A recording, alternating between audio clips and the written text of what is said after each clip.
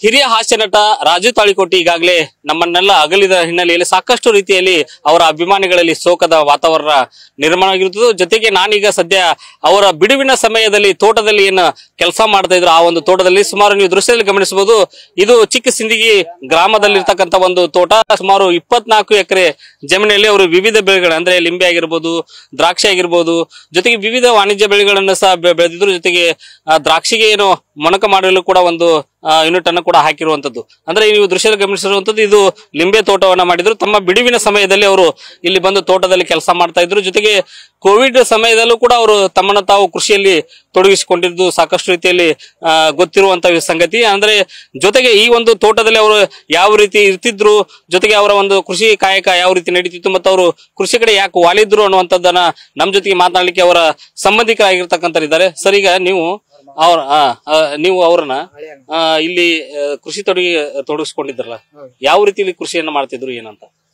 ಒಂದೇ ರೀತಿಯತ್ತೇನೆ ಇಲ್ರಿ ಸರ್. ಅವರು ಯಾವ್ದು ಬೇಕು, ನಿಂಬೆ ಗಿಡ, ದ್ರಾಕ್ಷಿ, ಕಬ್ಬು ಎಲ್ಲಾ ತರ ಮಾಡ್ತಾ ಇದ್ದು. ಹಿಂಗಾಗಿ ನಮಗೆಲ್ಲ ಬಾಳ ಹೋಗ್ತಾ ಇದೆ. ಯಾವ್ದೇ ನೀವು ಭೂಮಿ ಬೆಳೀತದ ಅಂದಾಗ ಯಾರು ಏನ್ ಹೇಳ್ತಾರೆ ರೈತರು ಅನ್ನೋದು ಅದೆಲ್ಲ ಮಾಡಿ ತೋರಿಸ್ತಾ ಇದ್ರು. ಇದು ನೀವು ಹೇಳಿದ್ದು ಒಳ್ಳೆ ಅಂತ ಅಂತಿದ್ದಲ್ಲ, ಎಲ್ಲಾನು ಬೆಳಿತಾ ಇದ್ರು. ಏನೇನು ಬೆಳೆದಿದ್ರಿ?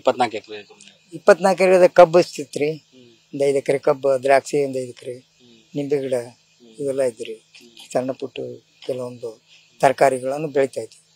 ಸ್ವತಃ ಅವರೇ ಉಳುಮೆ ಮಾಡ್ತಿದ್ರ ಹೆಂಗ, ಯಾವ ರೀತಿ ಅಂತ? ಇಲ್ಲಿ ನಮ್ಮ ಅಣ್ಣವ್ರು ಎಲ್ಲ ಮಾಡ್ತಾ ಇದ್ರಿ. ಅವ್ರು ಬಂದು ನೋಡ್ತಾ ಇದ್ರು. ಇಲ್ಲೇ ಮನೇನು ಇಲ್ಲೇ ಇತ್ತಿರೋದು ವ್ಯವಸ್ಥೆ. ಬಂದ್ರೆ ತೋಟದ ಮನೆಗೆ ಇರೋರು. ಅಲ್ಲಿ ತೆಳಗ ಮನೆ ಕಟ್ಸಿದ್ದಾರೆ. ಇಲ್ಲಿ ಮ್ಯಾಗ ಕಲ್ಯಾಣ ಮಠದ ಒಂದು ಬೇರೆ ಇದೆ, ಇಲ್ಲೇ ಮಾಡ್ತಾರೆ. ಈಗ ಕೋವಿಡ್ ಬಂದಂತ ಸಂದರ್ಭದಲ್ಲಿ ಅವರೇ ಸ್ವತಃ ಕೃಷಿಯನ್ನು ಮಾಡ್ತಾ ಇದ್ರು. ಅದು ಸ್ವಂತ ಮಾಡ್ತಾ ಇದ್ರು ಕೋವಿಡ್ ಟೈಮ್ನಲ್ಲಿ. ಈಗ ಅವರು ಲಾಸ್ಟ್ ಟೈಮ್ ಇಲ್ಲಿ ತೋಟದಾಗ ಬಂದಿದ್ದೆ. ತೋಟದಾಗ ಬಂದು ಹೋಗಿ ಇವತ್ತಿಗೆ ಏನಿಲ್ಲ ಅಂದ್ರೆ ಒಂದು 10-12 ದಿವಸ ಐತ್ರಿ ಸರ್. ಧಾರವಾಡ ಫಂಕ್ಷನ್ ಹೋದ್ರು. ಅಲ್ಲಿ ಹೋಗಿ ವಾಪಸ್ ಆಸ್ಪತ್ರೆಗೆ ಹೋಗಿ ನಿನ್ನೆ ಸಾಯಂಕಾಲ 5:30ಕ್ಕೆ ಇದು ಆಯ್ತು. ನಿಮ್ಗೆ ಆ ವಿಷಯ ಯಾವಾಗ ಗೊತ್ತಾದ ತಕ್ಷಣ ನಮಗವರು ಆಸ್ಪತ್ರೆಗೆ ಅಡ್ಮಿಟ್ ಮಾಡಿದ ಬಳಿಕ ನಮ್ಮ ತಂಗಿದವ್ರಿಗೆ ಹಾಗೂ ನಮ್ಮ ಅಣ್ಣ ಕರ್ಕೊಂಡ್ಬಂದು, ನನಗೆ ಉಳಿಯೋ ಗ್ಯಾರಂಟಿ ಇಲ್ಲ, ಅವ್ರು ಮೋತಿ ತೋರ್ಸಂತ ಅಂದ್ರಿ. ಅವ್ರು ಮೊನ್ನೆ ಸಾಯಂಕಾಲ ಹೋಗಿ ಅವರು 3 ಗಂಟೆಗೆ ಇಲ್ಲಿ ಬಿಟ್ರಿ ರಾತ್ರಿ. ಅವ್ರು ಹೋಗಿ ಮಾತಾಡಿಸಿದ ಬಳಿಕ ನಿನ್ನೆ ಸಾಯಂಕಾಲ 5:30ಕ್ಕೆ ಅಂತ ಹೇಳಿದ್ರು. ಇಲ್ಲೇ ಇರ್ತಿದ್ರ ಹೆಂಗ? ಅಲ್ಲಿ ಏನು ಶೂಟಿಂಗ್ ಮುಗಿಸ್ಕೊಂಡ್ ಬಂದ್ರೆ ಎತ್ತಿ ತೋಟದಾಗೆ ಇರ್ತೀರಿ. ಊರಲ್ಲಿ ಒಂದು ಮನೆ ಇದೆ, ಚಿಕ್ಕ ಹೊಸ ಊರಲ್ಲಿ, ಅಲ್ಲಿ ಇರ್ತೀರಿ, ಇಲ್ಲಿ ಇರ್ತಿದ್ರಿ. ನಾ ಇನ್ನೂ ಸ್ವಲ್ಪ ಅಲ್ಲೇ ಸರ್ ಸುಮಾರು 25 ವರ್ಷಗಳಿಂದ ನಾಟಕ ಕಂಪ್ನಿ, ರಂಗಭೂಮಿ ಒಳಗೆ, ಚಿತ್ರಿ ಕಂಪ್ನಿ ಒಳಗೆ ಅವರು ಒಬ್ಬ ಹಾಸ್ಯ ನಟನಾಗಿದ್ದರು. ನಟನಾಗಿದ್ದು ಹೇಳಿದಾಗ ನಾನು ಚಿಕ್ಕ ಸಿಂದಗಿ ಒಳಗೆ, ನಾನು ಸಿಂದಗಿ ಕ್ಯಾಂಪ್ ಮಾಡಿದ್ರು ಅವರು. ಚಿತ್ರಿ ಜಲಾಳಿ ಹಿರಣ್ಣ ಮಲಕರ ಕಂಪ್ನಿ, ಅಂಜುಮನ್ ಸ್ಕೂಲ್ ಹತ್ರ. ಆ ಹೇಳಿದಾಗ ನಾನು ನಾಟಕ ಕಂಪ್ನಿ ಸೇರಿದೆ 25 ವರ್ಷಗಳ ಹಿಂದೆ. ಆ ಹೇಳಿದಾಗ ಹೋದಾಗ ಕಂಪ್ನಿಯೊಳಗೆ ಹೋದಾಗ ನಮಗೆ ಅವರು ನೆಂಟರಾದರು. ಅವ್ರು ನಮ್ಮ ಅಣ್ಣಗೆ ಅವ್ರ ಅಕ್ಕನ್ನೇ ಕೊಟ್ಟರು. ಚಿಕ್ಕ ಸಿಂದಗಿಗೆ ಅವ್ರದ್ದು ಆಸ್ತಿ ಅನ್ನೋದು ಏನೂ ಇದ್ದಿದ್ದಿಲ್ಲ. ನಾನು ಕಂಪ್ನಿಯೊಳಗೆ ಹೋದ ಬಳಿಕ ಅವರು ಅಕ್ಕನ ನಮ್ಮ ಅಣ್ಣಗೆ ಕೊಟ್ಟು ಮದುವೆ ಮಾಡೋ ಬಳಿಕ ಚಿಕ್ಕ ಸಿಂದಗಿ ಒಳಗೆ ಬಂದು ಇಲ್ಲಿ ಅವರು 20 ವರ್ಷ ಆಯಿತು. ಆದ ಬಳಿಕ ಇಲ್ಲೆಲ್ಲ ಆಸ್ತಿ 24 ಎಕರೆ ಆಸ್ತಿನೂ ಮಾಡಿದ್ರು, ಮನೇನು ಮಾಡಿದ್ರು.